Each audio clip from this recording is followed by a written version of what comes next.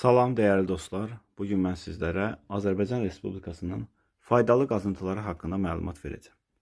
İlk öncə qeyd edim ki, faydalı qazıntılar nədir? Faydalı qazıntılar insanların təbiətdən əldə edərək sənayedə və məişətdə istifadə etdiyi kimyəvi maddələr və qiymətli daşlardır. Faydalı qazıntılar 3 qrupa bölünür.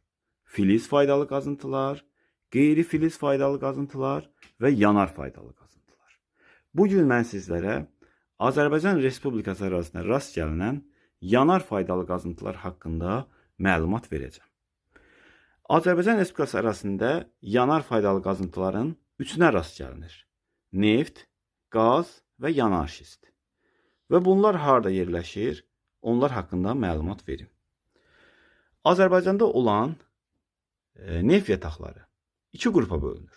Quruda və dənizdə olan neft yataqları. Quruda olan əsas neft yataqlarımız bunlardır.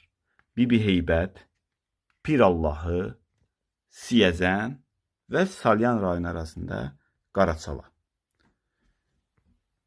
Molla kənd Kürdəmirdə, Muradxanlı İmişlidə.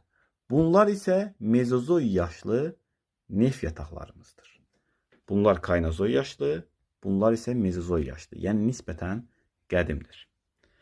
Dənizdə olan neft yataqlarımız isə Oğuz, Əşrəfi, Çıraq, Alov, Dan Ulduzu, İnam, Qarabağ və sair dənizdə olan neft yataqlarımızdır. Yəni Xəzərin şef zonasında.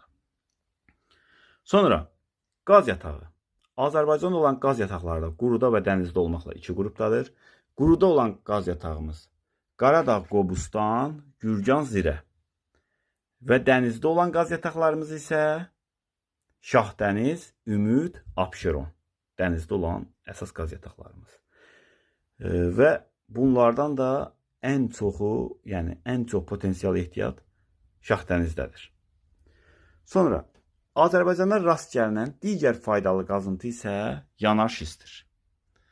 İsmayıl rayonu arasına rast gəlinir, Quba rayonu arasına rast gəlinir, bir də Qobustan rayonu arasına rast gəlinir. Yanar şistin işarəsi bu cür oldu. Neftin işarəsi bu cür oldu. Təbii qazın işarəsi isə bu cür, yəni içi boş üçbucaq oldu. İzlədiyiniz üçün təşəkkür edirəm. Əlavə başqa faydalı qazıntılar bilirsinizsə, yanar faydalı qazıntılar şərh bölümündə qeyd edə bilərsiniz. Təşəkkürlər.